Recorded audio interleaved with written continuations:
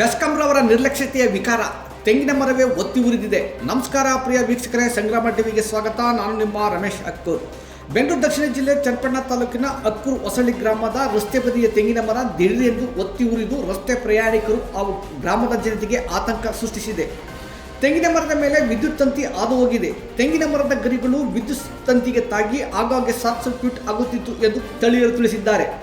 ತೆಂಗಿನ ಗರಿಯಿಂದ ವಿದ್ಯುತ್ short circuit ಆಗುತ್ತಿರುವುದರ ಬಗ್ಗೆ ಮಾಹಿತಿ ಲಭ್ಯವಾದರೂ ಆ ಭಾಗದ ಲೈನ್ಮೆನ್ಗಳು ತಲೆಕೆಡಿಸಿಕೊಳ್ಳದಿರುವುದೇ ಪ್ರಯಾಣಿಕರು ಹಾಗೂ ಗ್ರಾಮಸ್ಥರು ಭಯಪಡಲು ಕಾರಣವಾಗಿದೆ.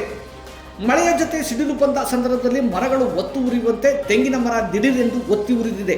ಅದೃಷ್ಟವಶಾತ್ ಆ ಸಂದರ್ಭದಲ್ಲಿ ವಾಹನವಾಗಲಿ ಪದಚಾರಿಗಳಾಗಲಿ ಬಾರದೇ ಇರುವುದರಿಂದ ಭಾರಿ ಅನಾಹುತ ತಪ್ಪಿದೆ.